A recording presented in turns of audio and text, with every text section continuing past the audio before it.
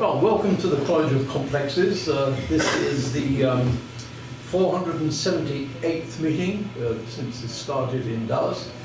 As you folks know, it started in Chicago in the early 50s with the aim of solving all the world's problems. As you see, they had tremendous success with that. So here in Dallas, we're trying to set the world to rights as well. So we'll see if we have better success. So tonight we have Calvin Bluiett. He will talk about what the Democrats must do in 2020. So I won't go into that because he's going to elucidate that for us. Now, the format of the meeting is that the speaker gets about an hour to speak. He can go over a little bit if he wants. Then you can ask questions, which he may or may not answer, depending on his whim. And after that, there are 5 minutes for rebuttals. And at the end, the speaker can wrap up and come to some conclusions overall. So without further ado, I shall introduce and welcome Calvin to come to the podium here. Thank you.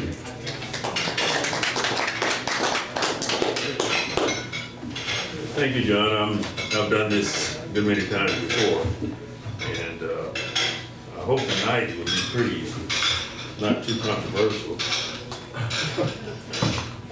That's normally tends to be controversial. In 2014, after the election of 2014, I made a similar report, why they lost, and the Democrats to me in 2014 just was seeming in disarray. They didn't try to find out, within the Democratic Party, you have all three ideologies. And my thing that time is they should have the focus groups and get all elements of those three ideologies and try to find out what are the real issues that people are concerned about.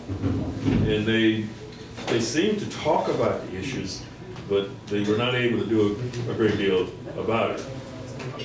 So since that time, we had the election of 2018, in which they were better organized, better focused, and they were dealing with the issues that people were concerned about. The critical issue in 2018 was the Affordable Health Care Act and what was going to happen at the end. And so they I think did a better job than they did. In 2010, my argument when I made the report is the Democrats lost the House because they ran away from their own work. Yeah. They did not fight and justify why they voted the way they did. They voted for the law, no Republican voted for it, and yet they ran away from it. If you run away from your own work, you don't deserve to be reelected, and I think that's what happened. And so, again, they had some of that in 2014. I'm going to look at youth based on those experiences, kind of a historical background. I'm somewhat of a historian, and I have to know how we got where we are, and that's what I'm trying to do.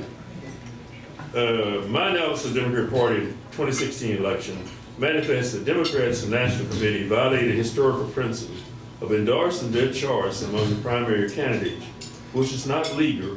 Rather, it must be neutral and get behind the candidate that wins the Democratic president primary.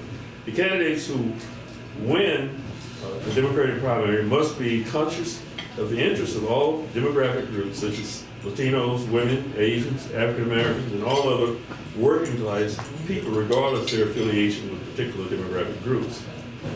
Understand who is being hurt by current policy or helped by current policy decisions, and not respond to President Trump's demonization and polarization strategy.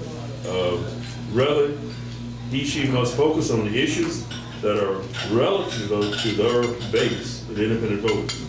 Second, the candidates Clinton ran a poor campaign, thus permitting candidate Trump to define her rather than define herself on the position and political issue that was facing the country at the time, that a majority of voters can identify with.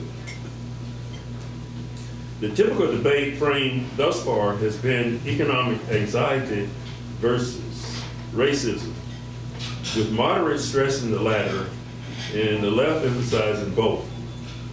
Atkins and Bartel published a book entitled Democracy for Realists. The book argues that people do not vote out of economic self-interest. Instead, they vote in response to things like race and religion. In the 2016 election, Trump voter wasn't in financial hardship, but attitudes related to race and ethnicity, thus stemming from identity-based prejudice. This is why President Trump won. The three states that was critical was Michigan, Pennsylvania, and Wisconsin. And those were traditional Democratic states that the Democrats carried.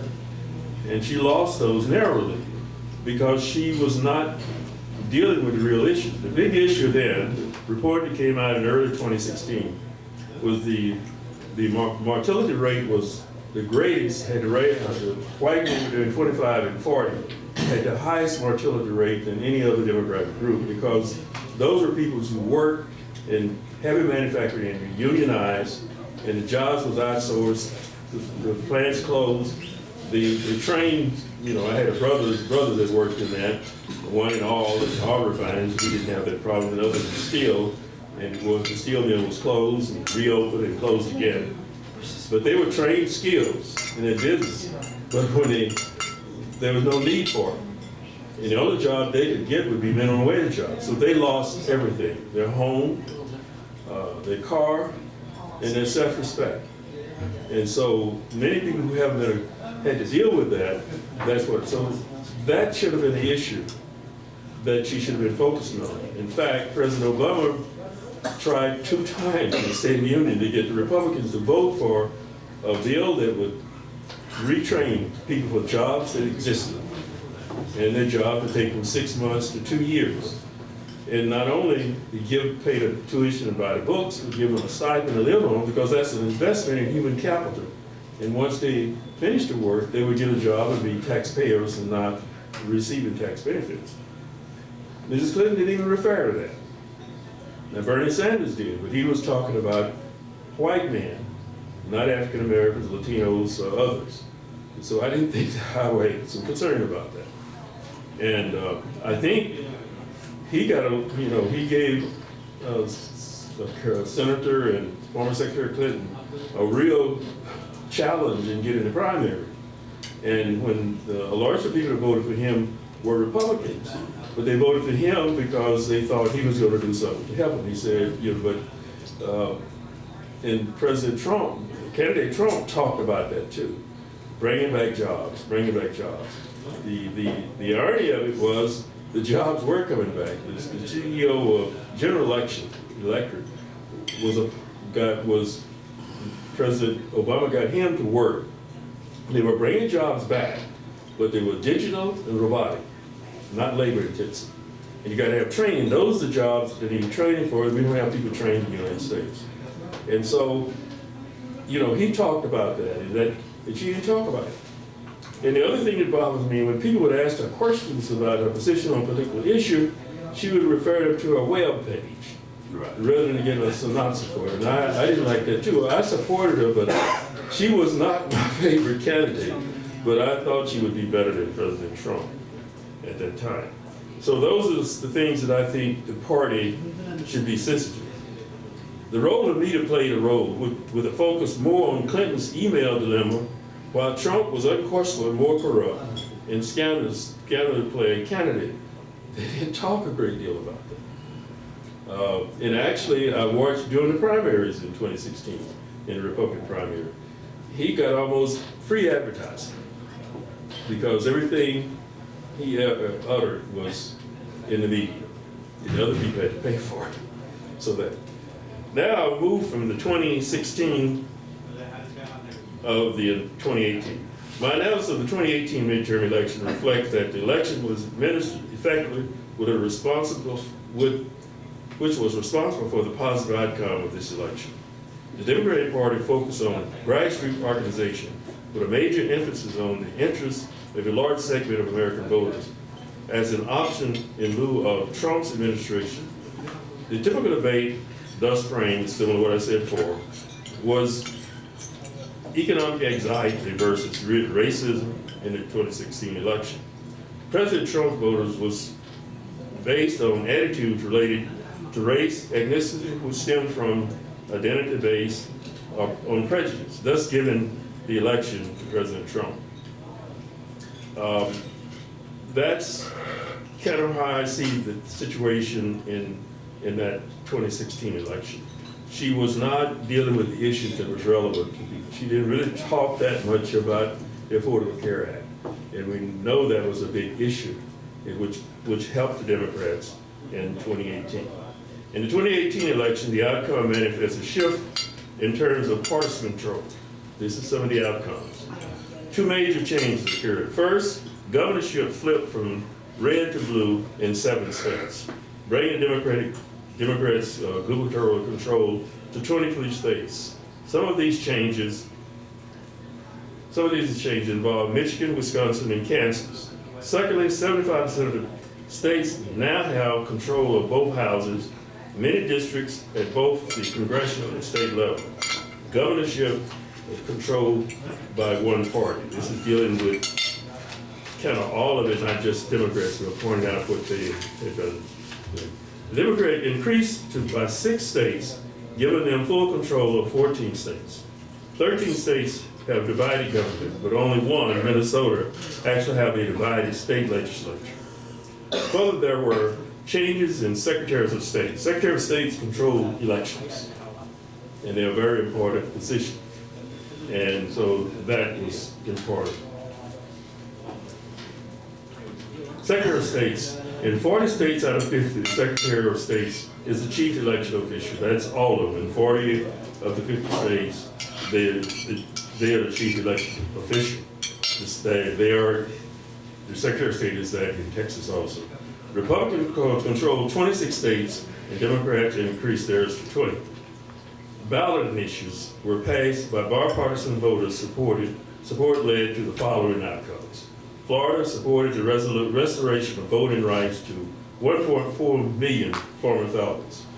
Before that, if you had committed a felony, even after you completed your prison term in probation, you still couldn't vote. So at least Texas, you can. And now you can in Florida. So that was a big thing in Florida. Michigan had 2 major ballot issues. One created an independent redistricting commission. And that's what a large number of people are arguing right now, and I think Democrats are before that. We don't need to have partisan dealing with redistricting. We need a consensus group so that we'll come up with something that works for everyone. We need to do it right, and you can't get it done the way it's done in Texas and many other states. So that was pretty great. A second enacted same-day voter registration. I'm a proponent of that too.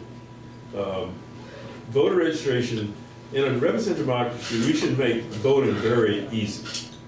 It shouldn't be anything put to retard or discourage people from voting. And a lot of that is going on right now. Automatic registration, that would be one thing. A constitutional mandate post-election audit, and that's the issue that people have been talking about, and we hope in Dallas County with the new voting machines we'll solve that problem. I did last year, looked at them and went through the process. It seemed like it does. They can have a recount of the ballots through the voting machines, the new voting machines, which they couldn't do previously. And enhanced voter registration for veterans and military overseas voters. I know we've always had problems with that, but that shouldn't be. If we have veterans in foreign countries, protecting our interests, they should be given absolute right to vote. It should be no hassle to it. And that's what I think. Redistricting reforms was a major part of the ballot issue wave. 5 states passed ballot issues that changed the redistricting process in positive direction: Michigan, Missouri, Colorado, and Utah. New states to watch in 2020, New Mexico, a major reform. Democrats have control of both houses in the election of a new Democratic government. New York they have problems within the Democratic Party, so they're trying, leading a progressive move within the Democratic Party in New York. New Hampshire, both houses split to Democrats. Texas urban communities are making a change, moving away from making voting more difficult to making voting more accessible. Because in large counties like Harris County, Dallas County, Tarrant County, Bear County, El Paso County, they're basically Democratic controlled. All of the major urban areas is controlled by Democrats. And so they're trying to make voting more accessible. And I think Beto, in his run for the United States Senate last time around, he almost won the election. And I think if he had not run for president and ran for that again, he probably would have won. So I hope some of the candidates running now will win. Okay, that's kind of the history. Now, how Democrats can win in the 2020 election. I have 11 points. And some of them may kind of overlap, I hope. The first one is Democrats must define themselves and not permit President Trump and the Republican Party to define them. All Democratic candidates must define themselves based on the issues they have supported in the past and what issues they will support in the future. Democrats should not fight fire with fire. Rather, they should focus on issues held by a large segment of American voters and support mutual tolerations or forbearance. Contain and ultimately bring down President Trump and build an affirmative agenda for the 2020 election. Democrats who identify President Trump's entirely bogus populism will set the stage for a big Democratic win in 2020. As the House majority, Democrats should pass legislation that conveys a governing agenda. And actually, they're doing it, but the legislation's not going to work because it's not passed in the Senate. But they need to do it in the House. That will force Republicans to take off their votes, which side they are on, and continue to hold investigative hearing. When the impeachment thing first started, I wasn't for it. But some of the things that President Trump has admitted doing that he thinks he can do, like trying to get Ukraine to investigate the vice president and his son, and he has China to do the same thing, that's invited people to get involved in our election. And I don't think that's right. I think that's actually treason. And that should not be permitted. So that moves me to the next issue is impeachment. Impeachment of President Trump should not be on the agenda unless the House Investigations has concrete evidence of obstruction of justice, violating the Foreign Corrupt Practice Act, and proof of interfering with congressional investigation. Further, it must produce overwhelming evidence of wrongdoing and to garner public support.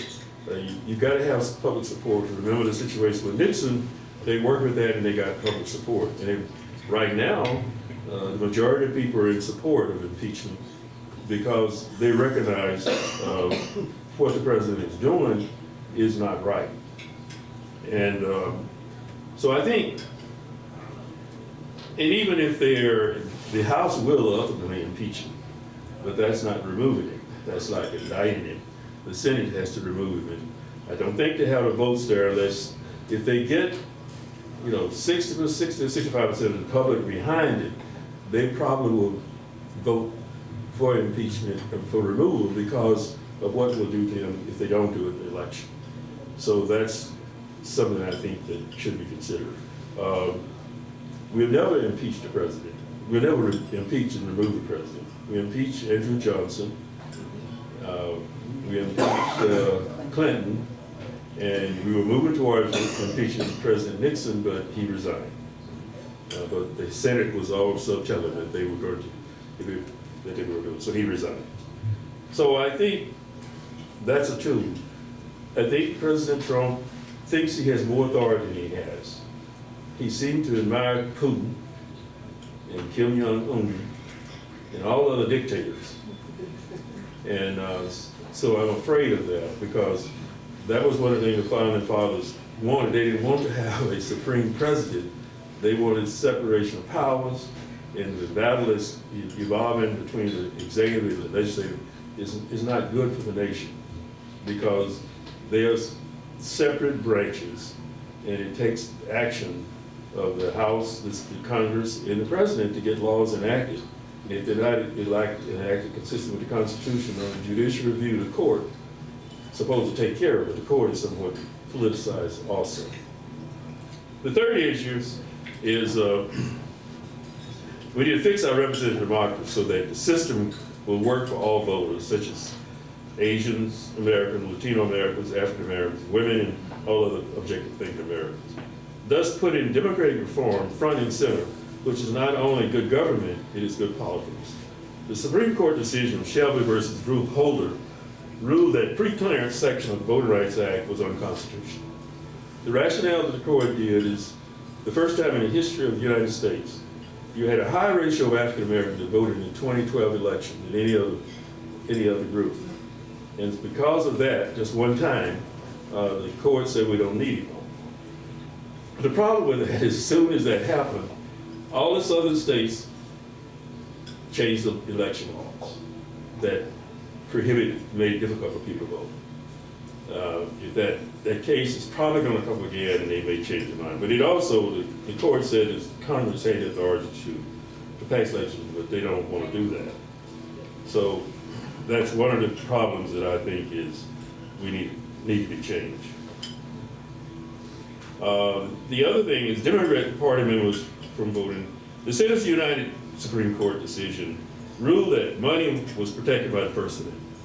That means, and that's really what's happening when Tom said we have the best Congress that money can buy, we probably have the best president that money can buy, is the large multinational corporations can give all unlimited amounts of money, and they can get Congress people to vote the way they want to. And that's what's happening right now. And so I don't think that all the people who were the founding fathers of the Constitution, they were not poor people. They were wealthy people, large and they didn't believe, really, that only property owning white had enough sense to vote. But I don't think they thought that money should be used to buy government. And that's inconsistent with representative democracy. So that's a bad decision. And the only thing you can do is pass an amendment to repeal it, or there may be laws that Congress can pass to do it. Recently, the Supreme Court ruled that states could gerrymander representative districts to benefit political parties. That's the major problem we have right now, is they draw the district to benefit a particular political party, and the other party doesn't have a chance to win. And the interesting thing about the dilemma that happened some years ago, we had a district in Dallas, Representative Edwin H. Johnson district, and Sheila Lee's district in Houston, and another district in North Carolina.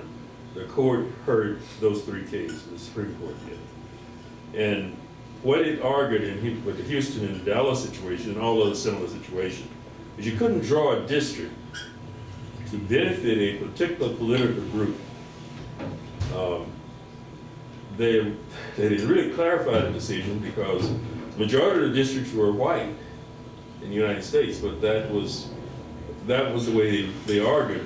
But what they were saying is, you don't do it just for that, because they didn't like scattering people, African Americans, to a smaller ratio that they had no leverage. And they didn't like packing them all in one district. And so this was somewhat against taking all Africans and putting them in one district. And that's really what they did with Edwin H. Johnson district. It was a line that went from downtown, a narrow line, out to Hamilton Park in that particular area. And so they said that you couldn't do that. The same thing in Houston. Now the North Carolina case was the one similar to the case that was just heard and ruled on by the Supreme Court. It was gerrymandered to benefit a political party. And they said that was okay. Now one of the things with the Chief Justice of the Supreme Court, he believes in any fundamental principle that's been established that called star decisis, but it's the president. He doesn't move rapidly in changing presidents. And his vote is one of the votes that caused it to pass. So that was one of the things that's here is concerning. I think this decision, in some way, I don't think that's right.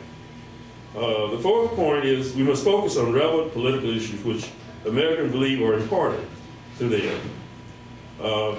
And we need to unite around pro-worker agenda, improving education at all levels, creating opportunities for kindergarten programs, which is very important.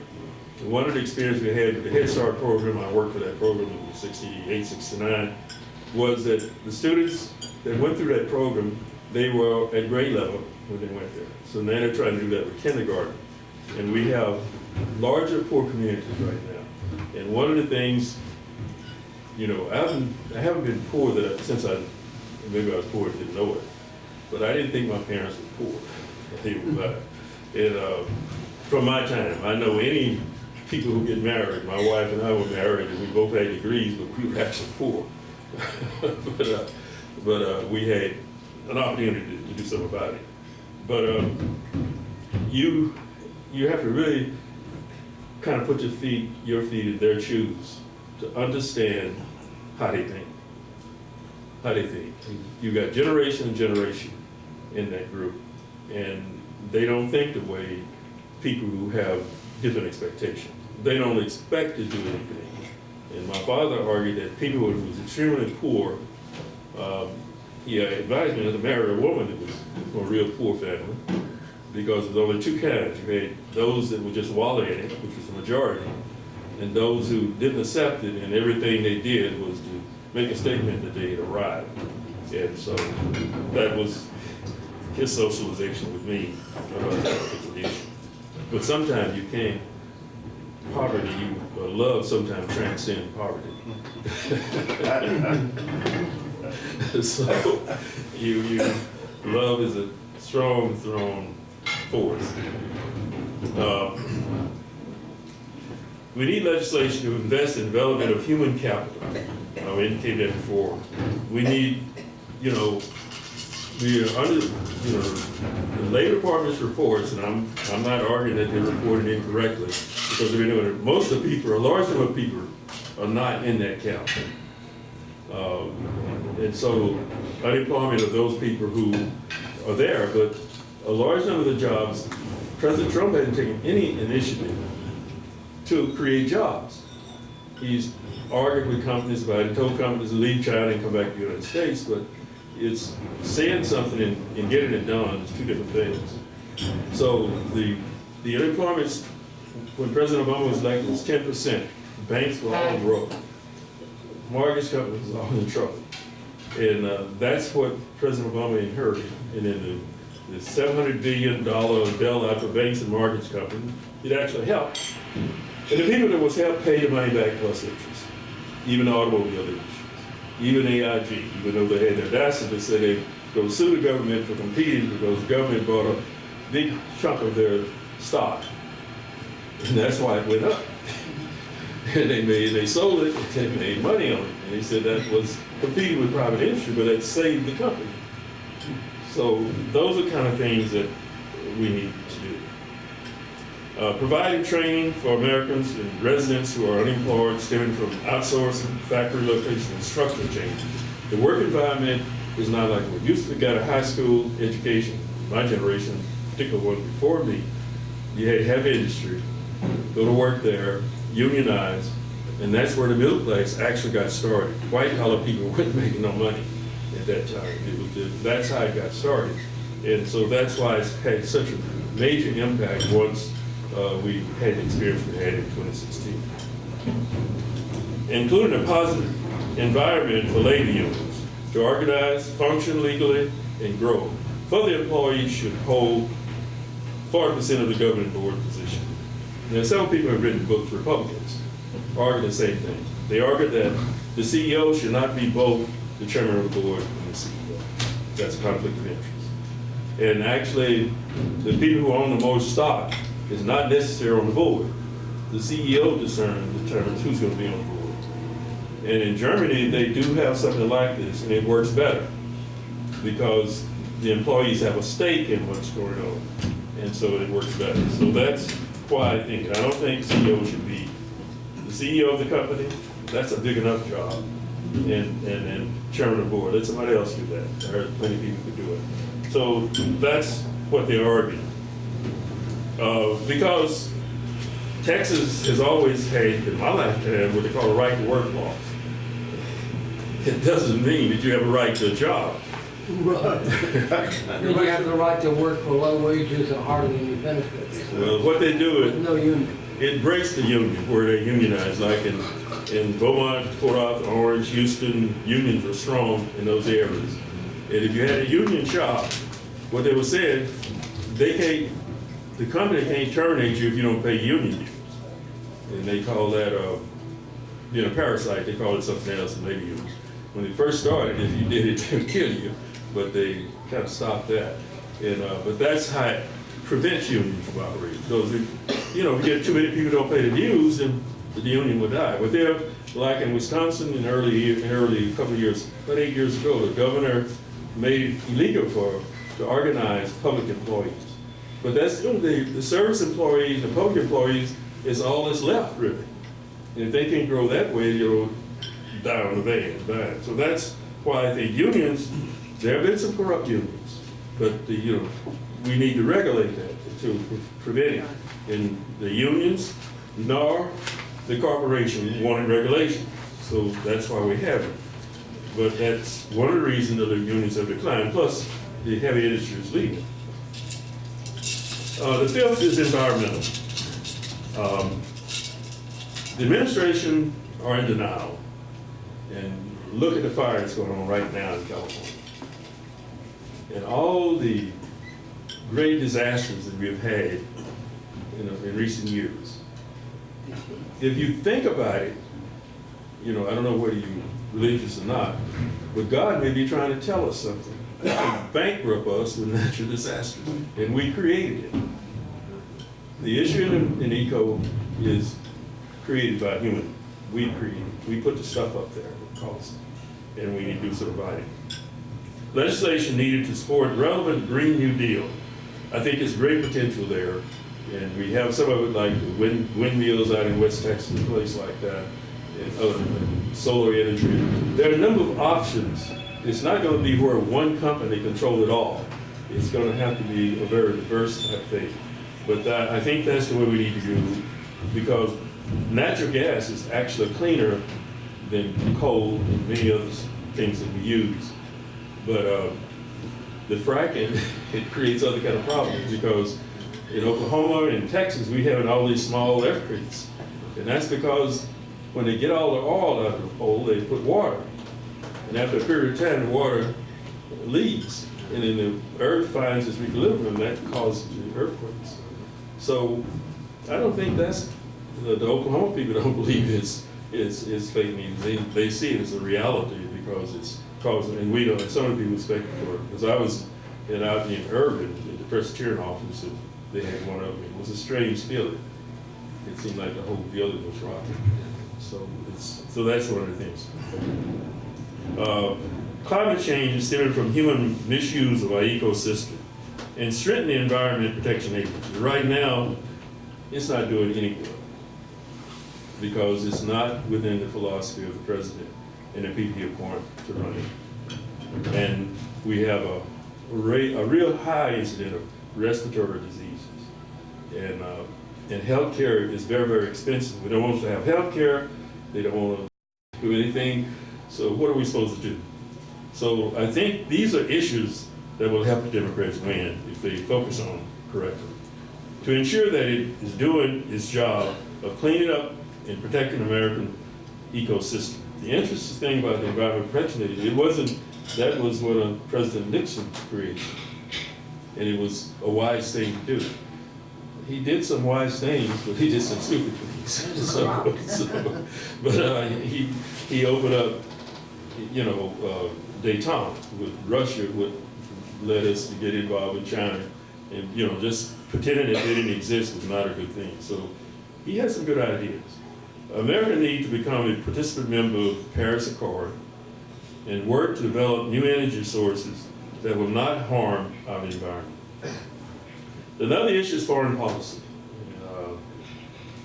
I talked to my wife's classmate that was a lieutenant general. In her class, there were two.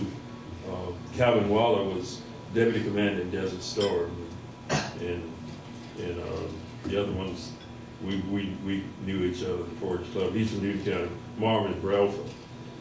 And I saw him at I think, alumni meeting, and I said, what do you think about foreign policy? He said, the president doesn't have a foreign policy. And so America needs to become a participating member of the Paris Accord, the Iranian Agreement, and improve relations with Cuba and other nations where there is misunderstanding. Reunite with our allies, Canada, Mexico, England, France, Italy, Germany, because we are demonizing our strongest allies. They've been with us, now Germany was with us in World War I and II. Japan was in World War I, but not in II. But since those wars, they have really supported us in all the wars that we've been involved in. American foreign policy must be based on diplomacy as opposed to war. I mean, threats, sanctions, I don't think it's a good thing, because that's like, when we used to play marbles, we try to get our marbles and run and stuff like that. And that's not, we shouldn't do that. President Trump used of the unnecessary sanctions and tariffs is inappropriate way to conduct foreign and trade policy. Foreign policy has always been fairly consistent. We were under one theory for the beginning of time until after World War II, isolation. And then we went in containment. We were there until President George W. Bush was elected. And he came up with preemptive strike. And that means if we thought someone was going to attack us, we would attack them first. And historically, we more or less react rather than proact. And so that got us into two wars that we've been in longer than any wars we've been in the history of the country, 15 years. At a great cost to taxpayers. And most of it was financed with credit. We need to work as a catalyst through international organization and with other nations, including China and Russia. We've got to work with them. We aren't going to agree on everything. There's some basic things we can agree on, because if we don't, it's going to endanger all of us. And so we need to not back away from that. We need to continue to move forward and negotiate, and that's a great deal cheaper than war. Voter suppression. America must work to alleviate voter suppression pertaining to gerrymandering and redistricting, and making it more difficult for Democratic voters to vote. I know for a fact that's what they do in Texas. They look at the voter ID. Older people who don't have a birth certificate has a very difficult time, or driving license, very difficult time getting a birth certificate. Because I know my mother never worked, and my father retired, and I was involved with the state, and I went down and I couldn't, the people that knew her were dead, so they didn't have anyone to sign the affidavits. And that's what you got to have. And I was talking to my sister-in-law last Sunday, and she has the same problem. She didn't want to drive, but she wants to have an ID, a picture ID. And they'll tell us, so what do we need your driver's, we need your former driver's license, we need your marriage certificate. She lost the marriage certificate, which the county probably has. So it's, that shouldn't be. Young people move often.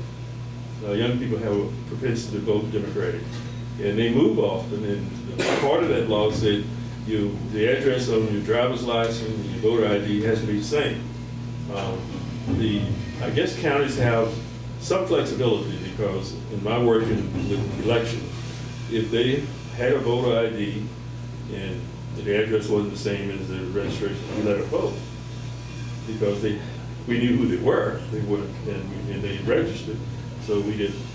And so I think Houston, Terre, Dare County, I think they all did that, and most other counties probably did too. We need to strengthen the Voters' Rights Act stemming from the Supreme Court Shelby versus Holder decision, relevant to pre-clearance. Now, what that means, and the reason there was two terms. They were, the South passed laws creating what they call the black codes. And that was the term to give it, but that is what was the Voting Rights Act dealt with those states first. Now, northern, east, and western states had problems. They could be brought into it. But most of those, the north, east, and west, had de facto segregation. And de facto segregation means you just traditionally do it, but it wasn't as bad as it was in the South, because after World War II in Texas, a large number of African Americans left Texas and went to California, Chicago, Washington, New York. And because they did a little better than we were in the South. So that's important, because the truth about it is, as soon as that decision was issued, they began to redraw, train voting districts. In Beaumont, town near where I grew up, the town was really majority African American, but they redrew the districts, so they regained control of the city council and the school board. And they did that through gerrymandering. And so that's, I don't know why the court may read that way.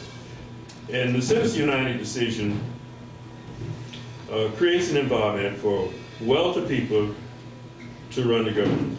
I'm not saying all wealthy people feel that way. There are some that feel differently. And it seems like years ago, they were more humanistic than they are now. They created foundations, the Rockefeller Foundation, the Carter Foundation, and all that. President Trump created a foundation, but he spent most of the money on himself. So I don't think that's the kind of foundation that we need. But, and even before, when income tax was high, up about 80%, they had more compassion for the employees than they do now. They want everything for themselves. Greed is controlling. And to want to run the government, they ought to run for president. Well, President Trump did, and he's president. But I just don't think there ought to be parity. So I'm an advocate for federal financing of elections, and we all have a stake. We all pay taxes, so we have a stake in it. And as long as it's like it is right now, well, it's difficult. When we had the Election Reform Act, Feingold and Senator McCain Feingold, it set a limit of $1,000. How many people, what ratio of American people can give $1,000 to a candidate? When we only have 10% of the people right now who earn $100,000 or more. And if you earn $100,000, you got to buy $250,000 a home, you go be in poverty for 30 years unless you get a big increase in pay. So they don't have the money to give. And if you give a candidate $1,000, that's not going to get you no favors. You can do it for good government, but it's not going to get you no favors. So that's why I think those are bad laws, bad decisions. The major outcome from the 2018 election was voters turnout. The latest estimate is 116 million people voted compared to 83 million in 2014. Democrat constituents was enough to overcome the walls of gerrymandering in many districts at both congressional and state levels. We need to ensure that these trends continue in 2020. I think they are to be dealing with this if they're serious about wanting to represent America. Healthcare, strengthen the Affordable Health Care Act, including a public option. I made a report on this too, about it, but I wasn't for Medicare for all. Medicare for all means that you have more people covered by incumbent and private plans than you have in Medicare. And how are you going to blend them in? Some people argue that you lower the age from whatever it is to 50. Then what about the people less than 50? And if what Senator Sanders is talking about, doing away with health insurance companies, that's going to be a huge number of people unemployed. And I think you need to think about the impact of this decision before you go public and articulate it. And so that's the problem I have with him, and somewhat with Elizabeth Warren, is they're talking about things, they're not looking. We owe $23 trillion. We can't borrow too much more money. And so we got to work somewhere with that. I think the best thing is to fix the Affordable Care Act, because a great deal of thinking went into it. And that wasn't the option that the planners wanted, but that's all they could get. And so you had to start there and work with that, because The Republicans have no idea how to develop anything new because they just want to abolish it. So we need to focus on expanding access. You know, the Medicare expansion was not accepted by Texas, and they lost billions of dollars. And so with that's expanding access. If they had done that, almost everybody would be covered through the Affordable Health Care Act, Medicare, Medicaid, and private insurance. Reduce costs. You know, we pay too much for pharmacy. They pay much less in Canada, in all other states, in the same companies. In Medicare with Part D, which is the pharmacy program, they don't have the right to negotiate rates. That's illegal. It's illegal to buy drugs from Canada. So we forced to buy the expensive drugs. And there's no reason for it. The other irony is the National Institute of Health does a lot of the research leading to these drugs. Then it's given to the company, and the taxpayers already paid for that, and then they're going to clobber us with high. So we need to do something about that. We can do something about that. Another thing is new is telemedicine. It'd be cheaper, less onerous on a patient if they could talk to a doctor about him and get him the information, and he could decide whether he or she could decide where they need to go and come in, and less cost. So that's one way of dealing with cost. And expanded preventive health services. We spend more per person for healthcare in Texas than any other developed nation, much more. And our health outcomes are like some undeveloped nations. And we could deal a great deal of that with preventive health because there are certain demographic groups that are prone to get certain kind of illness like high blood pressure, diabetes, heart attacks, the whole gamut. If you get to it early, you know, you can delay you may never get the diagnosis, or you can delay it. So we need to do that. The Affordable Care Act has some preventative things, but not enough because, you know, stress has hurted a lot of people. And so we could deal with stress management would help that. America spends much more per person. Okay, I've already said that. The Affordable Health Care Act must bring all American citizens in a community rating system for setting premiums. What the Affordable Health Care, it is a community rating, but it was just those people in that program. And those are the sickest people. And the premiums are going to rise up quicker. But everybody ought to be in it. And then it wouldn't, you know, the young people don't want to do it because they don't pay as much as we do. But we pay a little less because I do with the program I'm in. And so that ought to be available to everybody. And I think young people understand it because you may get old too. And you don't have to be old to get sick. So we need to deal with that way. So that would reduce the rapid growth of premiums. Medicare and Medicaid must have the legal right to negotiate pharmacy prices. So that's, when we get near the end, I didn't have the 10 points. The next is immigration reform. We have an interesting history on immigration. When we first got started off, we had a quota system for people in Southern Europe, France, Italy, and Greece, those southern communities. And so the number of those people who were in the United States was very small, so that kept a lot of people out. But we always used it to bring people in to work when we needed them.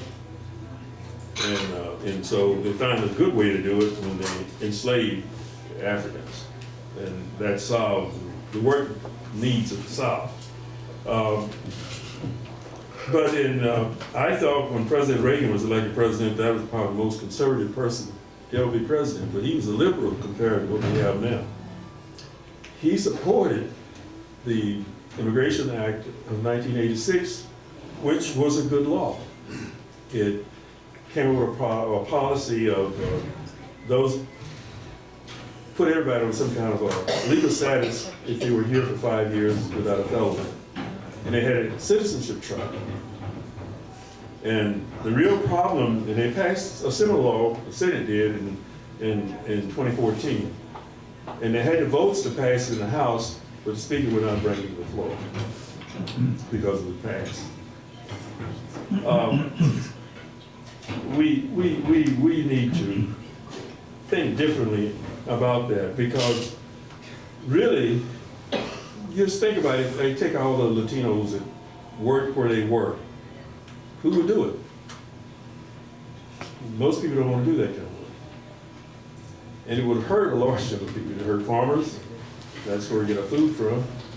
It would hurt people in packing houses and things like that. They are the waiters at most of the restaurants. And you know, they are skilled in construction work. They do most of the construction work. Bricklayers, cement workers, and some of them are engineers. So they are more of an asset, because it's untruths that people say that all of them are on welfare. That's not true. They all are not on welfare.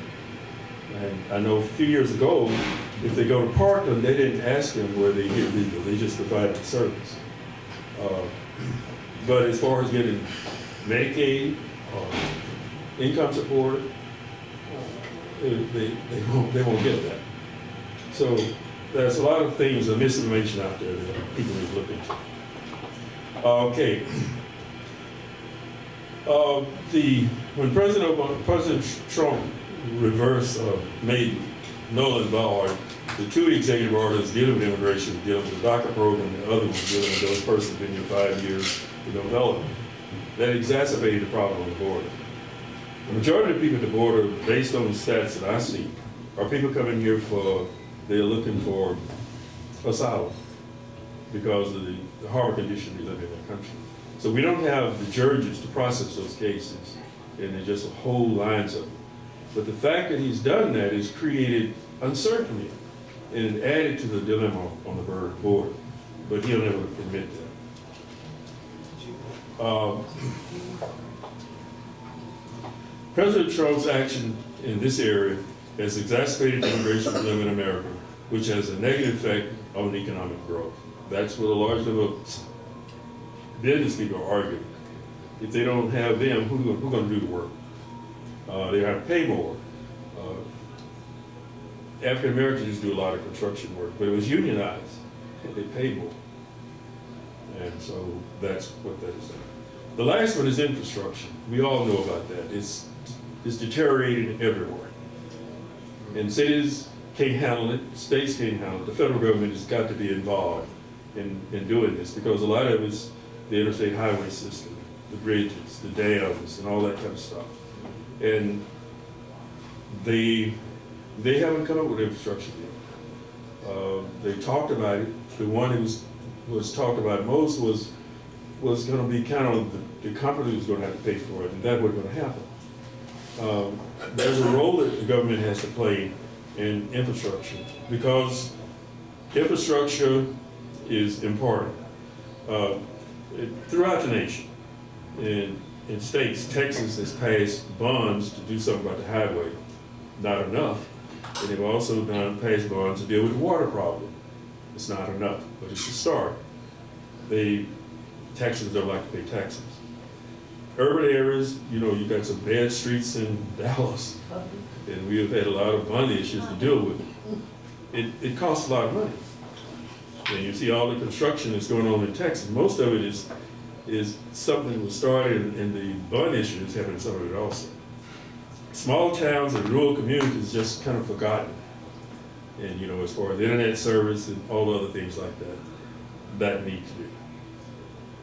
I think if the Democrats do this, they'll win in November. Thank you. Excellent.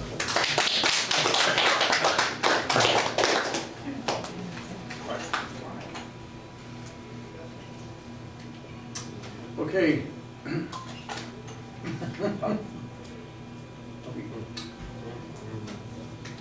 I guess. I don't think it's on. Well, The light's on. the light's on, but it's not. Let me turn up. All right.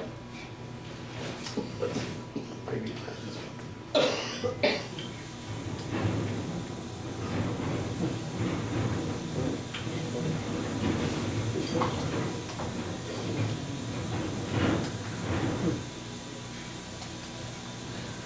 Well, Yeah. We'll give up on that one for some reason. No, it's not many of us, you just. Yeah, you can I think hear so, it. I think so. Yeah. All right. Okay, so I'll ask people to come up and speak for this one, because actually we do need to record the questions actually. So I'm afraid for some reason this mic isn't working. I'll try and anyway. So the first person who would like to ask a question, please. Okay. Come up to the mic. Come up to the mic. Yes. Come up to the mic. Yeah, go on. In the meantime, it's a $4 donation, so I'll walk around and pick up those who need to pay. Well, thank you. It was a very informed speech, and I really appreciate that. So I guess the first question I have is, do you have any commentary on just the whole, I know you kind of touched on this a little bit, but just the whole aspect of putting it all together? Because I guess my thing is, I think voters are pretty dumb. They're just not very bright. I mean, it's kind of like we're, you know, you can have all these proposals that are good for them, but how do you really, you know, get that message down to the level of, you know, really explaining it like, you know, just simplifying in a style that, you know, that really is going to win elections, that kind of thing. Here's the other one. Well, I think people are uninformed because I'm going to use Texas, I live here. When we have elections here, do we discuss issues or do we discuss what I call peripheral issues? The last few elections, when Sanchez ran for governor against Governor Perry, all he said is Sanchez is too liberal for Texas, and he won handily. Governor Abbott did the same thing. They don't, and he was talking about the bathroom bill. That doesn't have much to do with the economy, but they talk about those kinds of issues. So I think politicians ought to clearly indicate what they were for and put it in a format that people can understand. If they do that, I think people will vote differently. I think large people don't vote because they don't know how to vote. And this is what you're concerned about. My argument is almost all communities, large communities like Dallas, have all kinds of social groups, sororities, fraternities, all kinds of things. And we think that people who go to college understand it, but they do not. If you don't major in social science, this is a law. You don't know, you focus on a specific area. And so people could be going to those organizations, talking about the issue, not from a partisan standpoint, but here's what the issues are. And they can, in those gathering, they can make it so they can understand it because they see how it will help them or hurt them. But when you get these things over the television, they'll nobody pay them attention because it's half-truths. But that's what needs to be done. Grassroots, that's what happened in 2018. They had people going talking to people about it. And that's what we need to do now. If we don't do that, we're going to have a large number of people. Plus, things are going to be difficult. You can't vote straight ticket in Texas in 2020. You have to vote each name, and that will take longer. And so the best thing, I encourage people to vote early, because otherwise it'll be a terribly long line on election days. But I think, these kinds of things need to be articulated. I think the Democratic Party in Dallas does some of this, and in the other large areas, but I don't know in the rural communities. But most of the candidates are going into the rural communities, talking to people, because that's where the Republicans are stronger. And we're not 60% of we have to vote in urban areas about 60% if you want to change things just from the urban center. The majority of people live in urban areas, but the large number of them don't vote. So that's what I would recommend. Other questions? Yeah, Calvin. Yeah, I can hear you. Go to the microphone. I think it'll come up completely anyhow. I can protect as necessary. But you need your... It's all right, it's all right. Calvin, have you seen the output from these new voting machines? You know, i.e. looked at the summary, Well, page setup, they and had, what have you? I haven't looked at it this year, but I think what they're looking at this year is the voting district is gonna be different. You can vote anywhere. Yeah. That's the thing, so that may work better. But a year ago, I went down and went through the process, and it's almost like voting in early voting. Yeah, but there's I'm more concerned about the tallying. Well, they have, Their summaries it just has the versus summary. capacity to keep a record. Yeah, It has, that issue is solved. yeah, I've been to meetings where people who are going to be participating, take pictures throughout the day of this, what the summary is at certain times and what have you. I just wondered if you would personally Well, had I went access through the to that. process, and, you know, it's a record. They have a record. Before, they didn't have a record when you voted early. Yeah, But when you voted on election day, they did have a record to vote. okay. Go ahead, you can probably get to that. I am concerned about the popular vote versus the electoral college. And I think Ms.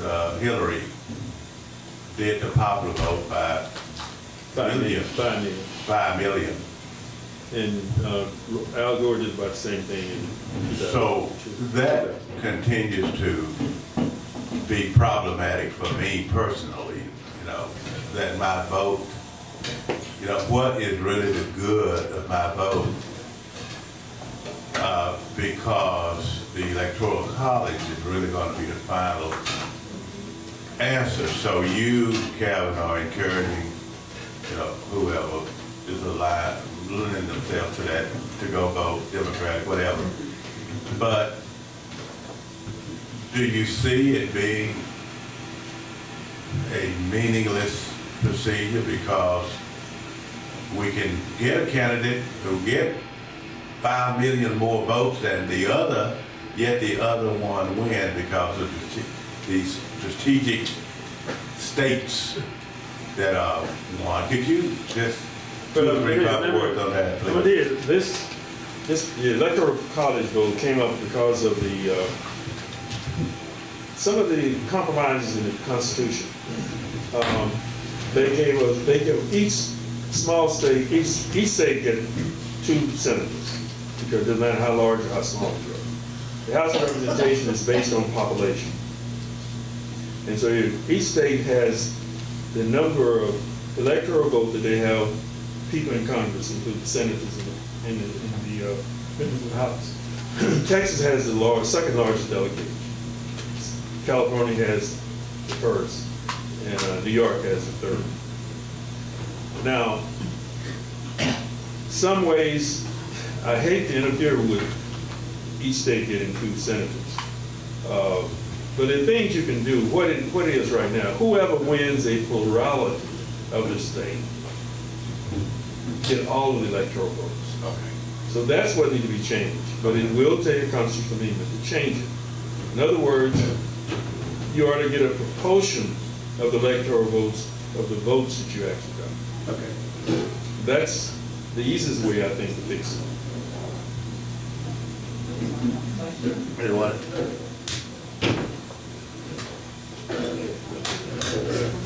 Next question, please. You have a question? You have to go forward. Young lady. Sorry.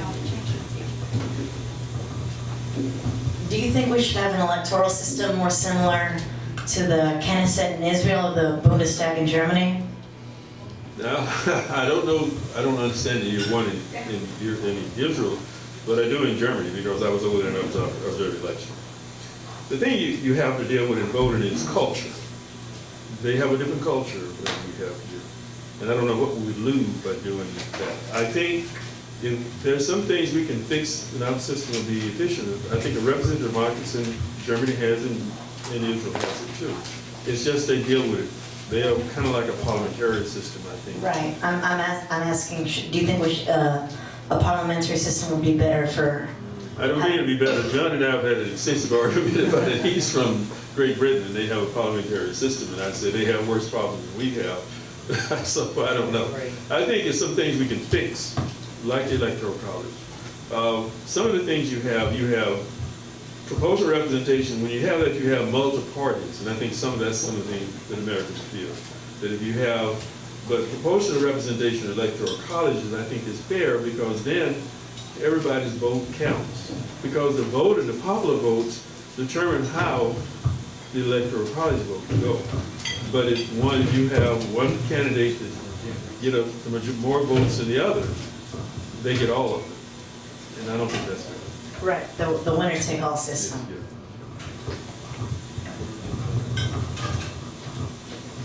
Yeah. Any more questions? Yes. I think I may have missed something with all the questions about the popular vote and the electoral college vote.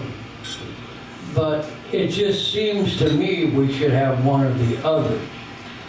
Either actually elect the president by the popular vote or the electoral college. But, to have 5 million votes, more than the candidate who becomes president, seems to be really a farce to me.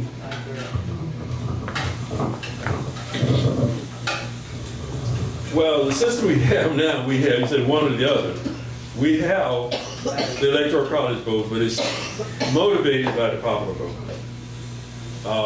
And so what I'm suggesting is, rather than win or take all, then each person would get it. Just like if we had that system, Gore would have won in 2000, and Ms. Clinton would have won in 2016.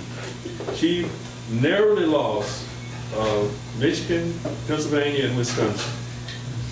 If she had carried either one of those states, she would have won. So she won like California large in some of those states. That's why she got so many more popular votes. So the only way to fix it is to the electoral. It had some basic. The people who thought about it put a great deal of thinking into it, because they wanted everybody to be represented. And so otherwise, but the small states, a good many of them can elect the president. They can elect the president through the electoral college system. So the only way to fix it is, if we wanted to go to a total system of popular election of the president, I think that would work. But you'd have to have a constitutional amendment, and I don't know whether you can get it with the attitudes and the polarization we have in the United States right now. But at the same time, Calvin, we do have both systems, because it's popular vote that wins.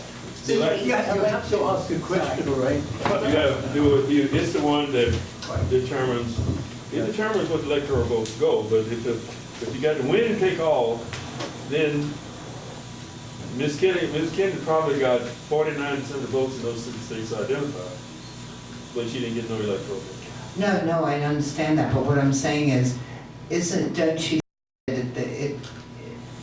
from a popular perspective, when we have state elections, it's all popular vote. Yes. Electoral doesn't come into it. No. Senatorial, Congress, all of them are by popular. Just the president. Just the presidency.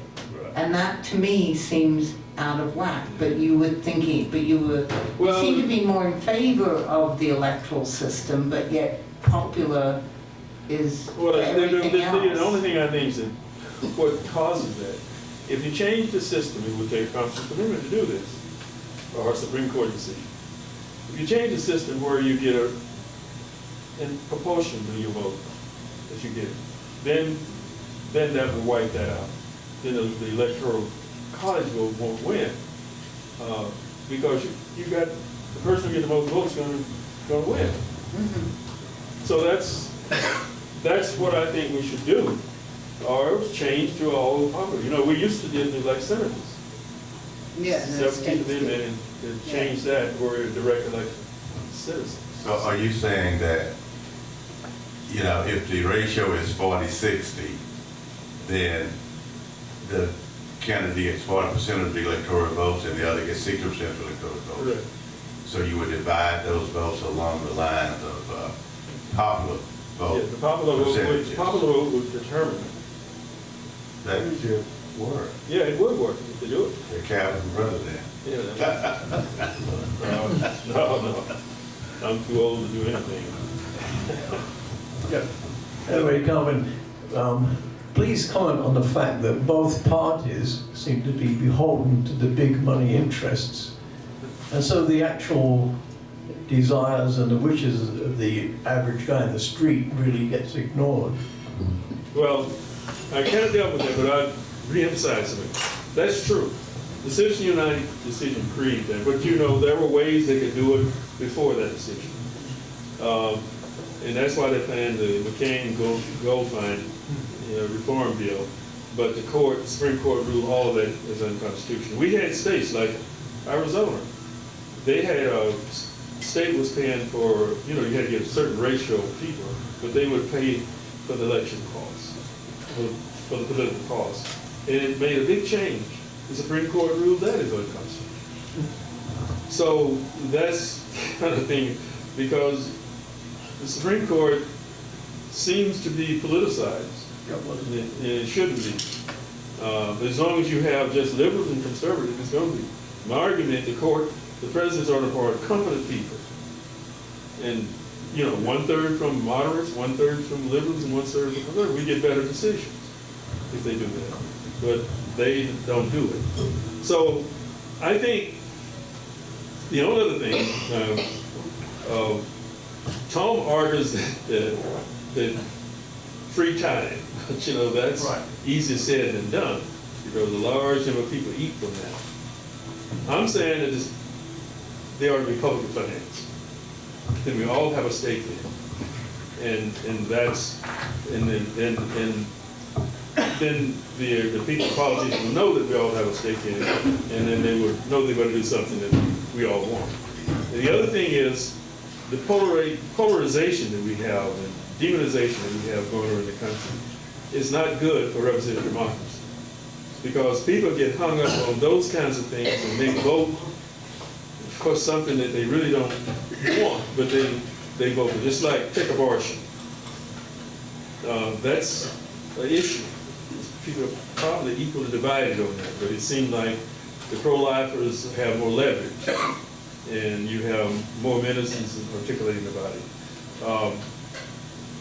But they vote for that, and you have, like I indicated, in the mixture of the people who supported President Trump's base in the 1960s, and that was my time, my best time in life. I thought the race issue was gone when we passed the Fair Housing Act in 1968. And I really didn't teach my children anything about race or how to deal with it. It's much more difficult now. It's latent. You don't know it's there until it hits you. And it was out there in front of us when we were coming up, so we could deal with it. And I recognize that parents who teach their children that they're better than someone else is a big mistake, because they will get in a situation and it creates real problems for them later on. In fact, there have been counseling provided to people that really want to get away from it, but it didn't work. A lot of time, a lot of cost, didn't work. There was still with some of these, you had two paradigms, two ladies. One grew up in California. You would think California is a liberal state, but you have more hate groups in California than any other state. But they didn't never have contact. She had never had contact with Latinos or African Americans. She didn't go nowhere in California because Latinos everywhere now. And so she ran into some guy that was in the Ku Klux Klan, and they blindfolded him and took him to their area and brainwashed him, and she married him. And then he was abusive, and she left him. And she went back. She was a beautician, so she got a job in a diverse beauty shop. And then she found that, people were people, regardless of what their skin color was. But when she saw a white lady with a black man, she didn't like that, or vice versa. So I think when we teach our children to be better, well, the blacks do that too. In particular, my generation, if their parents were both teachers, they or one of us, you didn't talk to your children, they were better than someone else, but they didn't make the most money. And my father wasn't a teacher, but he earned more money than they did. So I always followed the money, not that other stuff. You can't eat it. So, so we have all these kinds of things that we have to deal with. But I just think that the hate groups and the reason people want these military-style weapons, they feel that they're going to fight the national government. And that would be catastrophic for the nation. It should be stopped right now, because it's going to create problems. Innocent people are going to be killed, but not even knowing why. And so that's kind of how I see it. But yeah, I don't like the money thing. Public financing, if you can get free airtime, I don't think someone has to pay for it, because that's how television stations make money. And they make more money during the election. But they don't put no good information out there. They do the clips, it's nothing but propaganda. And so anyone that buys into that is going to vote wrong. That's why I think it ought to be local groups. The precinct, if they had a little money, they could work their precinct, and they could do all of this. But they could do things nonpartisan, just talk about issues. A lot of people just don't think it's going to help them. You know, like a lot of people with on welfare or food stamps, I think they're waking up because they're cutting the food stamps, reducing. So they probably don't vote.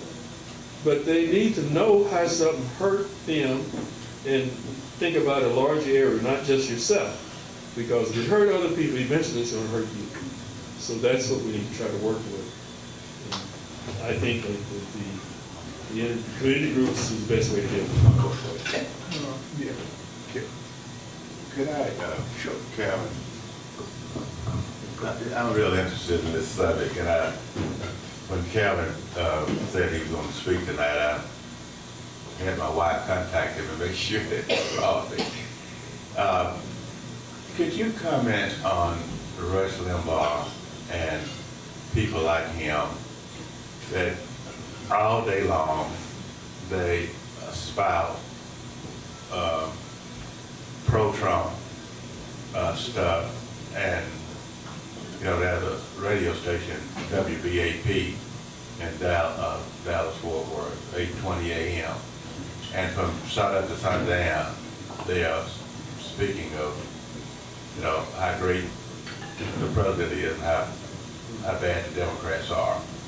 What influence do you think people like Rush Limbaugh people have, like him, have on the population and their election? He had a great influence on the people he listened to. Great influence. Americans don't like to think. They don't like to think. They want something, you know, simple. And anytime you deal with people, it's not simple. It's complex, very complex. And so you have people that they don't think. I remember back in the 70s, I wrote a note to the person who's over public health service in the regional office. And I was concerned I was never a good athlete. I was too clumsy and my dexterity was lousy. I had the height. I didn't have nothing else. So I didn't like sports that well. I always liked to do something I can do good. So I didn't spend any time in sports. But the sports, just look at just a quick thing, and I hope it's not wasting too much time.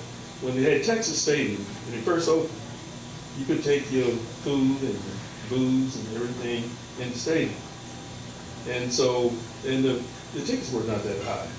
I try to go now and try to buy some food. But for a large number of people, their life is sports. They watch basketball, they watch football, they watch track, baseball, everything. If you do that and you work, when do you have time to think? And those are the people they're tapping into. And they know it, and that was done by design. And that's what that was the statement I said to my supervisor. This is brainwashing people. And they won't think, they don't have time to think. By the time they get through watching sport, they better get some sleep because they've got to work tomorrow. So I think people need to find quiet time to think and reflect on themselves.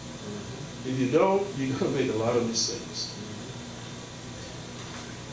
Wouldn't you agree that the ugliness level with which people are outwardly being racist, you know, xenophobic or what have you, has just zoomed up big time during this administration. It started with I'm sorry. Sorry, no, compared, even though it hasn't, although mass shootings certainly come into play, so I guess there could be some corollaries there to the horrors of the South in the 40s, 50s, and 60s, you know, until civil rights became a reality. I mean, in your lifetime, you have seen and experienced and done all this, but what is happening now? I mean, you know, the openness and the ugliness and the go back to where you came from, or women walking up to, you know, African Americans. I think we lost the things there. Sorry, guys. You know, people openly walking up to innocent families, having a good time, and throwing the N-word at them, and you know, telling them to get off sidewalks, or you know, that they wouldn't dream of saying to a white person, but they are empowered to somehow show, you know, their white privilege by telling, you know, what they consider to be a subservient human, what they should and shouldn't be doing, as if they are the authority figures, whether that be African American, whether it be Hispanics, whether it be any number of, you know, Muslims, Even women. Well, women, you know, you know, that's why, you know, any epithets that apply to various races, obviously we know the one that's applied to women over time, and people don't understand just how offensive, you know, that is. And so yeah, you know, based on your experience, I mean, there's never been, I mean, even the President of the United States was smart enough, you know, not to do that, or to pander in these horrific rallies that he has and says, you know, where's my African American in here, or where's He my paid him Hispanic, $1,000 and what do you love most, you know, America or Hispanics, you know? I mean, the idiocy level that comes, you know, that he's, you know, pandering to here. Okay, I mean, it's a horrific to me, to be watching this real time. I don't like to watch it either. I'm going to deal with it two ways. There are certain perceptions people have, and whatever person's perception, that's their reality. It may not be other people's reality, but that's their reality, and that's what they live by. Now, there was a term, political correctness, that came out in the 60s, and I thought it was biblically based, because it said you shouldn't say nothing about another person that's untrue to demean them or make them angry or make them sin. And that started in the university community and it kept people quiet. Two things happened that brought it back, because before 64 it was worsted, you know, governor from Alabama and all the southern states, they just use that all the time. But it seems to have gone away. The perception of, even for myself, when President Obama announced he's going to run for president, I said, he can't win. Because I've worked Texas, Arkansas, Louisiana, New Mexico, Texas, the 5 states in the region. And I knew, and I have a pretty good idea of Latinos and African Americans and whites. I don't have much experience working with Asians. But the perception was of African American could not be elected president. And my son, you know, I told him that. And then when they had the Iowa caucus, President Obama won, he called me. He said, Daddy, I thought you told me to skip it. So I said, well, maybe. And so that's when I started supporting him. And when he was elected president, the perception, a lot of people said that wasn't supposed to happen. And the hate groups came out of the woodwork. And then they begin to say political correctness is wrong. They prevent people from their First Amendment rights. But you don't have a right to say something about me that's not true, that affects my character. If you do, if you got some money, I'm gonna get it. Good. That's the definition of the spoken or the written word. You don't have a right to do that. So it's not absolute, but they think it is. And the political correctness say, well, don't be saying things about people that are going to cause them to maybe hurt you. And so it came out of the woodwork. And President Trump was a student of, because he's really one of them. He knew how they thought, and he played on it. And some of the other candidates who felt the same way, but they wouldn't say it. If you think back, if you said something about Jewish people, derogatory, or African Americans, that was a no-no. You could think it and act out on it, but don't say it. And that's what President Reagan communicated. He could do that well. So that's what's happened. And when you have a person like President Trump, that all he does, anybody that he disagrees with, demonize him, call him other names. You know, he called, last thing I saw, on the media, a president of the United States, said all Biden did was kiss President Obama's aide. I didn't see that one. So that's This week? Was that this week? That was this I week. missed that. And I mean, and he says things like that all the time. It's disgusting. He started off, Latinos are rapists, drug dealers, and criminals. He knew people in what their perceptions were. He played to it, and he also got some other good independents. And you know, I never could understand why white women voted for him to 55%. I don't think they are this time. But he was talking about, you know, one of the issues, you know, jobs. And but he hasn't done anything to create any jobs. The tax law hasn't done what he said he was going to do. Most of the companies have bought their stock, but that's not they got back. And South AT&T, that's his company. They gonna lay off a bunch of people. And so, and other companies are too. So no, it's the residual of the Economic Recovery Act that played out. Unemployment was 4.9% when President Obama left. So it's now at 3-point-something now. And it's nothing that's been done well, we have a large number of people that just don't believe it's jobs. They don't look at it. They don't have skills. If you don't have skills, you're probably not going to find a job. And it's a pretty large segment of people that way. But he talked about that, and Senator Sanders talked about that. But if they would bring back a similar line job, we would not be competitive in the global economy. The digital and robotics is what you got to have, but those create other jobs with a little training people can do, and a little planning can do. So that's what I think needs to happen. But I think if you have a person at the hem of it and have a base like he has, he can do that. But he's hurting the nation. It's not helping us. We need to bring people together, not divide us. So, at the end of my the write-up for my last talk, I said, where is the latter-day Winston Churchill? And one of the reasons for saying that is, where is the Winston Churchill that's warning this nation about the rise of fascism? And why aren't the Democrats raising that same issue? They should be. They should be. But why aren't they? Well, just like you said, some Democrats get money from, they're sold out too. The thing is, when you look at, you know, the Social Security program came from Roosevelt. Medicare, Medicaid, Johnson.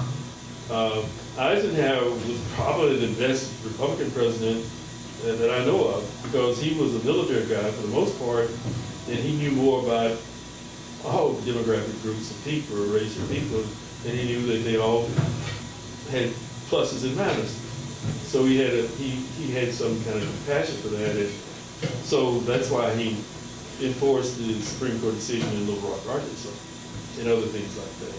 And he said Earl Warren was his worst appointment, but I think he was just talking to his base. But he was really a gentleman guy, and was quite helpful in the European theater, because Jim Montgomery, the greatest general, was almost as bad as Patton, and they were tough generals. He got them to work together. That was his big skill. So I think we don't have people like that anymore. Democrats should be talking about issues like that. President Obama did, in most of his iteration, he did, but the Republicans didn't let it happen. So I hope that once we get through this primary, that they will settle down and come up with a platform that deal with those issues, because that's what I mean. They need to be adamantly opposed to that. We don't need any more division in this country, because we're going to have some people going to do some things, like the gentleman left one of the suburban men and drove to El Paso and killed all those people. He said he was not guilty at the hearing. So a lot of people have weak minds and they latch on to that. And the president is inviting that and encouraging it and embracing it. So we need to have someone, ministers ought to be speaking out, but they aren't either. So what do you think of the Democrats borrowing from Trump's playbook and announcing that everywhere he goes they should shout out, "Lock him up, lock him up"? Whoa! I don't think they know they can't do that. They know they can't do that. Why not? Because he's in a dalliance with Putin, right? Oh, you're talking, yeah, but he's in a dalliance with. But it's a mentality that we're working with. And well, No need to get they assume that since they know that most of what President Trump said is not true, so they say what they'll say is not true either. And someone made the point, but these people use the military is good at repeating redundancy, and they during World War II, a lot of guys went to the Army, may not have had a high school diploma, but you didn't need it. You need more than that now to be in the military. But they go with the same thing over and over. I was bored with other people, they learn by it. And when people hear something over and over and over, that becomes their reality. And that's what President Trump does and a lot of other people. So they feel that you've got to line your program up with theirs, parallel way, and let people say, this is what we are doing, and you know what's happening now as far as the president. And that's why I pointed out they need to say who they are, and they need to have a record of doing good, and indicate that they're going to do what they have been doing in the election office. And I think that's going to happen, but they got to get through this primary, which is terrible right now. And I think, too many people. There's too many people in it, and most of what they're saying is it can't happen. We owe too much. Where do we get the money from? We got to do something, but we got to set priorities of what we got to do. And that's the way I look at it. Well, I think that there are certain plans that can be implemented, but you said something before that I wanted to ask you about. The guy that was in El Paso, pleading not guilty. Why do you think it has taken, because they still haven't arrived at a decision from a federal level, to charge him with a hate crime? Well, according to what and as a terrorist, domestic terrorist. Well, someone from the FBI's office said they were going to charge him. Yeah, but this happened ages ago. What's taking so long? It was a hate crime. There isn't a discussion. Well, it's evidence. It was. And I just wondered if you thought that there was maybe some political stop. Well, I don't know. It's easy to think because, why didn't President Trump get the FBI to look into this rather than Ukraine and China? He doesn't trust the FBI nor the CIA. Well, he's been treasonous to our own departments that have been set in place for many, many years. But his base doesn't see that. And so the only thing we do is outvote him. Yeah, well, that's the only way we can do it. But as far as deriding Republicans in public, why be dragged down to the gutter? Well, That's what I consider. That's what I said, we don't need to Yeah. fight fire with fire, we don't need to deal with that stuff. I agree. And deal with the issues. Lay the and- platform. And say, and be this is done. how we're gonna finance it and all that kind of stuff. But just articulating a point, you're gonna do something, not how you're gonna pay for it, is guaranteed it's not gonna happen. Yeah, okay. Anyone have a question? Okay, end of question time. So now, everybody who wants to speak has 5 minutes. You gonna feed me tonight, Joe? You gonna feed me tonight? Yes, I'll send you later. I'm certainly an teacher, don't worry.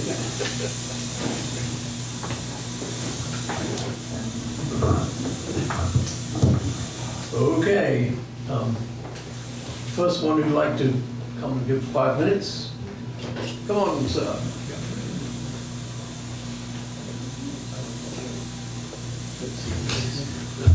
Yeah, that's good.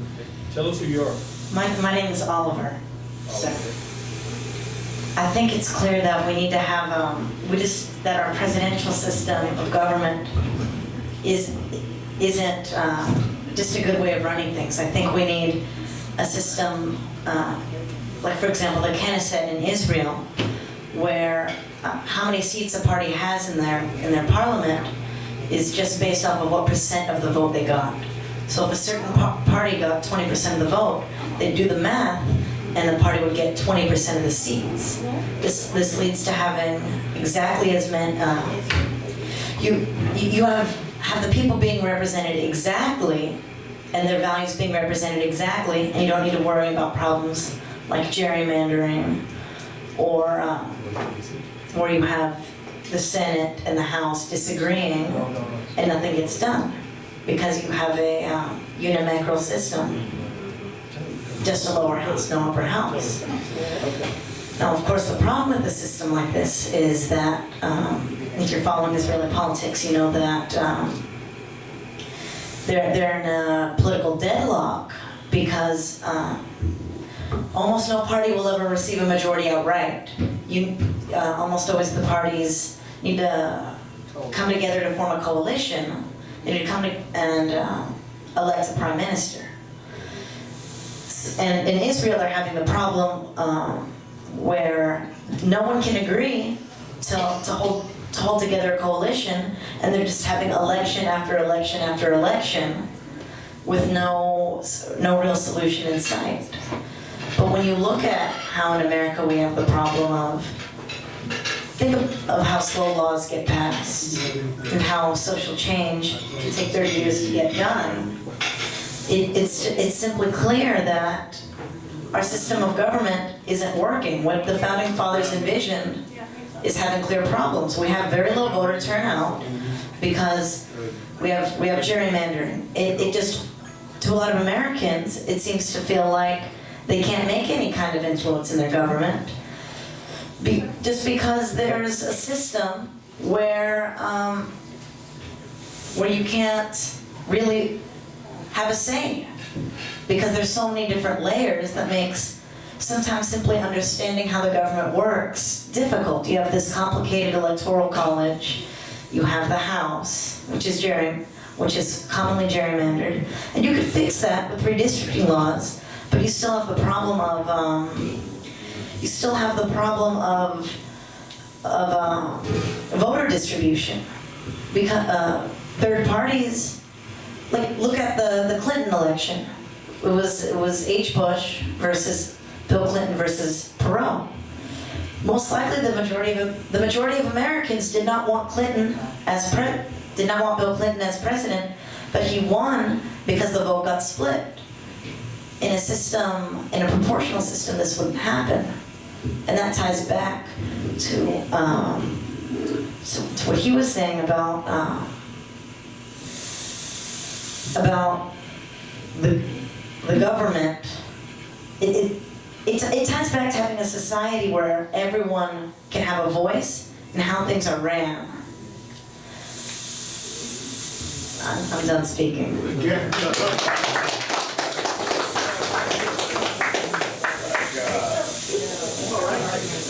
Okay, I'll take good. I'll turn down this hissing noise. Oh, Cypress now. It's perfectly fine. It's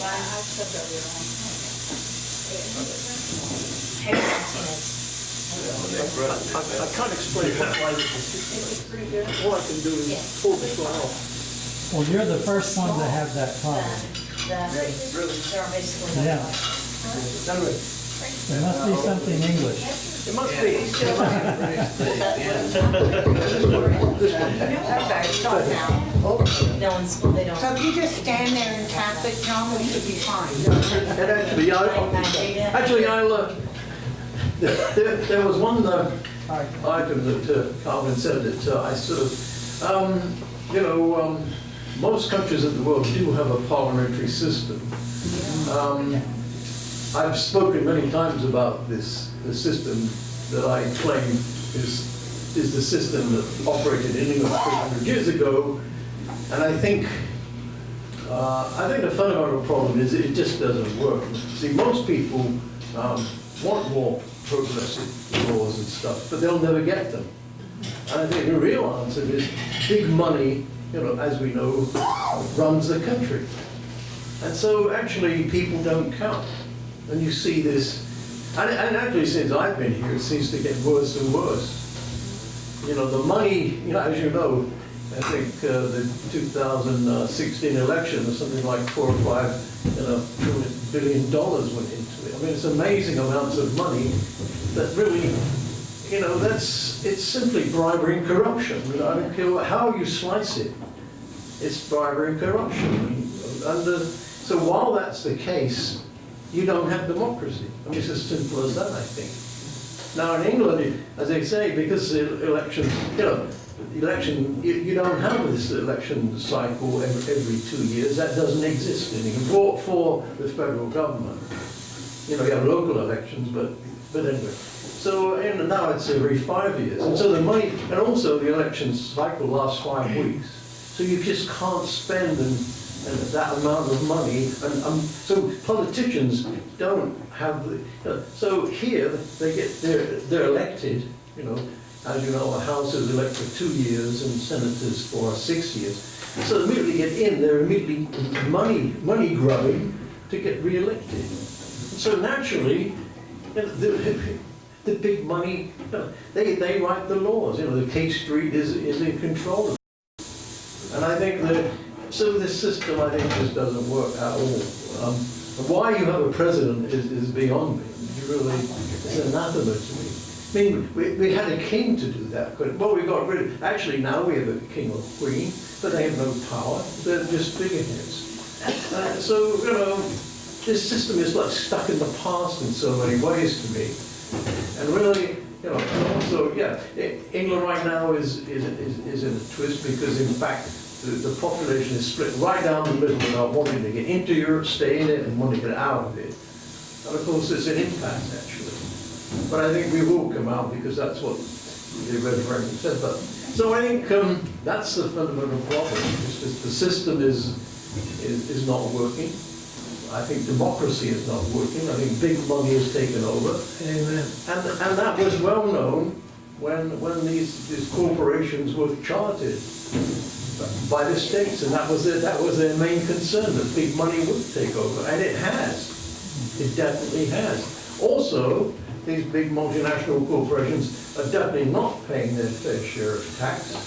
I mean, they operate in Europe, especially, say, in England, and they're pulling in millions, and they're almost paying nothing.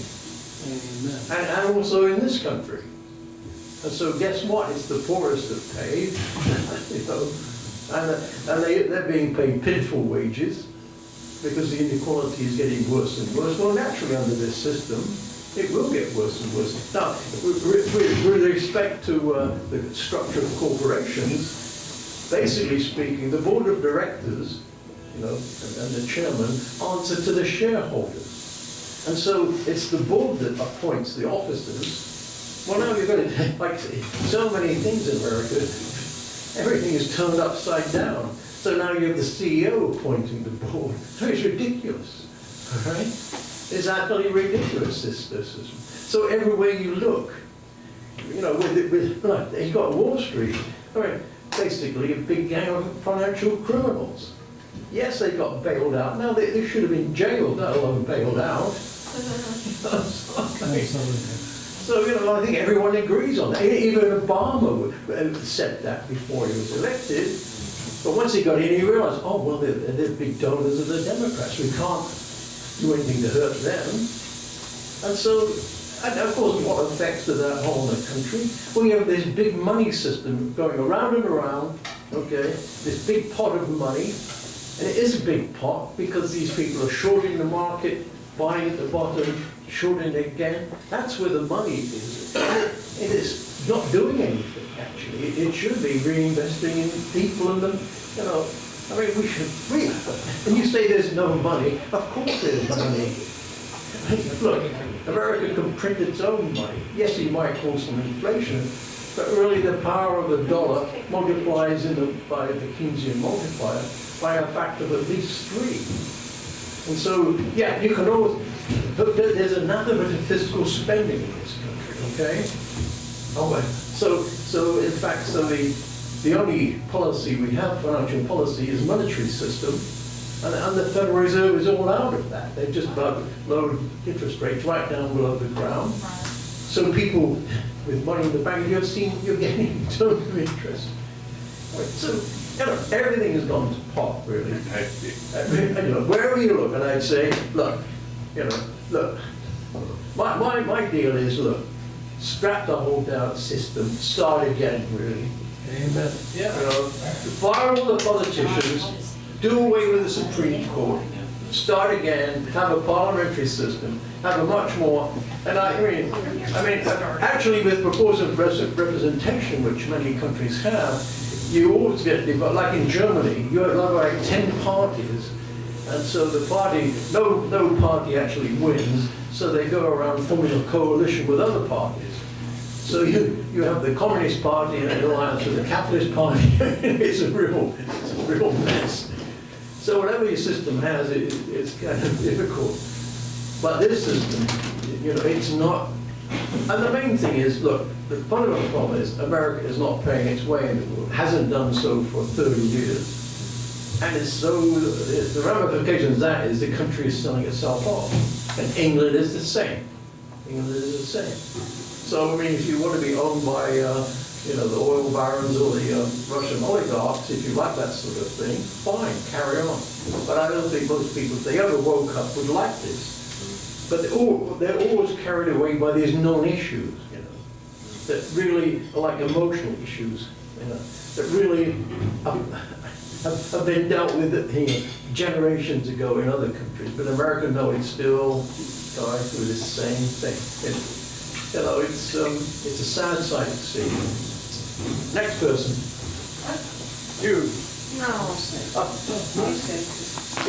He's slightly before you. Well, I got it. Never mind. Oh, well, It does not matter. Well, you forgot one procedure. well, yes. We're supposed to clap after you. Oh, no, facetiousness will get you everywhere. No. That's right.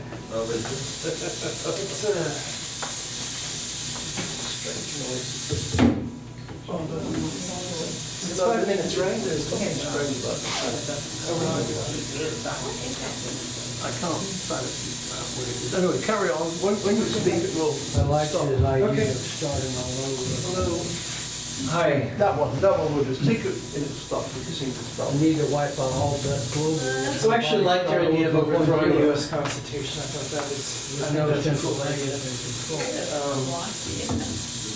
Yeah, there is a little bit of feedback. It's kind of. No, it's his. So but when you speak, it stops. I So keep see. speaking. I see. So you just keep kind of speaking. Keep speaking. Tune out. I think there's a beehive in it. Yeah, it might well be.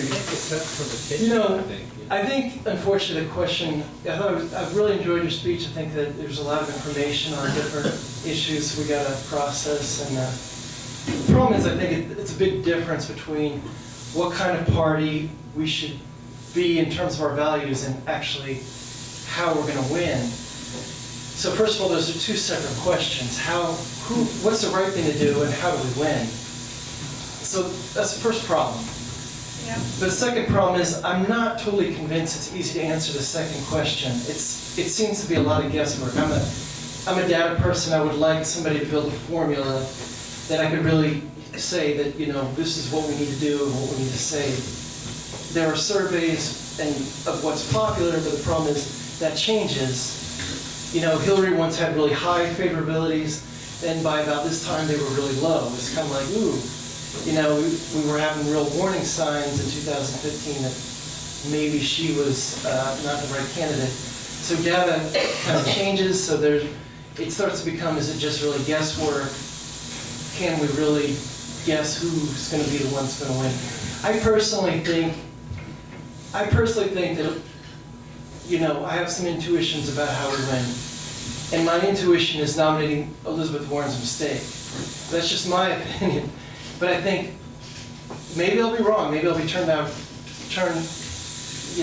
won't happen that way, but I think, she's different from Hillary. She has a lot of more, Hillary just made it all about attacking Trump. Elizabeth Warren's going to be at least talking about things people care about and talking about, issues and making people's lives better. So in a certain way, she is better. But I also think it's kind of this law professor from Massachusetts, and we're going to be, going to manufacturers and little Pennsylvania towns and saying, trying to explain that this is a candidate who shares their values. And, I personally just think it's a lot of risk. I like how some people are actually talking about fascism. I don't think anybody thinks it's likely we're going to have fascism here. But it's kind of even weird that we think it's like slightly possible. Like, that's even slightly a chance, like, are you going to go to Montreal or are you going to go to Mexico? If there was some kind of right wing coup. Most of us are not really important enough to really be hunted down and tortured in the stadium, so we probably just stay here. We're not quite like, people like Colin Allred, they may flee if there's really fascism, but most of us will just stay, I think.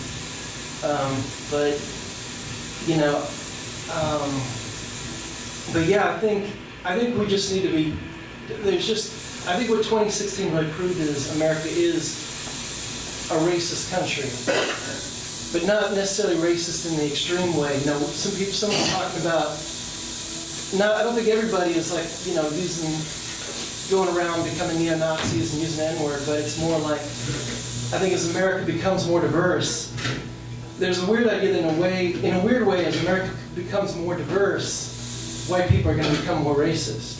And that's kind of counterintuitive, but it makes more sense if you think about it. As America becomes more diverse, it's more like white people are just like, some white people are going to be more like, seeing other white people as kind of people like their kind. Like, we got to stick together. We got to stick together to protect the America we remember, because it's changing. We don't like what we're seeing other kinds of people on TV, and it's not necessarily as hateful as some things you'll see, but it's kind of, white identity racism kind of thing below the surface. And I definitely think we just got to be cognizant of a few issues, like, I think Beto looked kind of desperate when he was like, we're going to go take everybody's guns.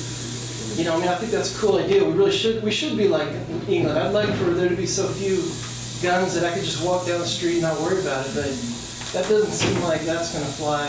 I was talking just about AR-15s, and I definitely think immigration was kind of a time bomb. I think Trump, he really took an issue that it makes sense to a lot of people. It doesn't make sense to maybe everyone here, but it's like, these illegals are breaking the law. They're a bunch of murderers and rapists, and we're gonna put a stop to that. So I think, that we got to be real careful with.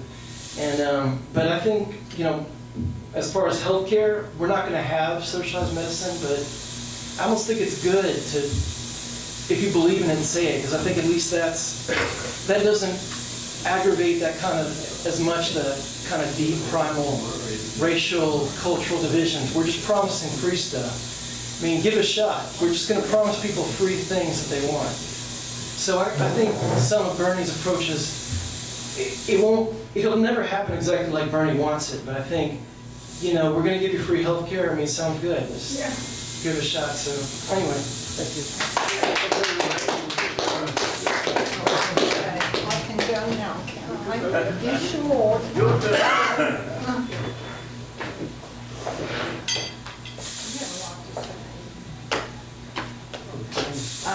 Just to speak to that gentleman that was up here, there's no free healthcare. Was never going to be free, and I don't think they ever said that. It's certainly not free by any stretch of the imagination through any insurance company peddling it to this day. Okay, the outlay through any kind of national program, though I would beg to differ, would be substantially less than what the average person will be. But that's okay. I think it's a mistake given the current climate, not to let people keep their own health care, but certainly make the public option available, which was supposed to be offered, the first time round, but of course, major criticism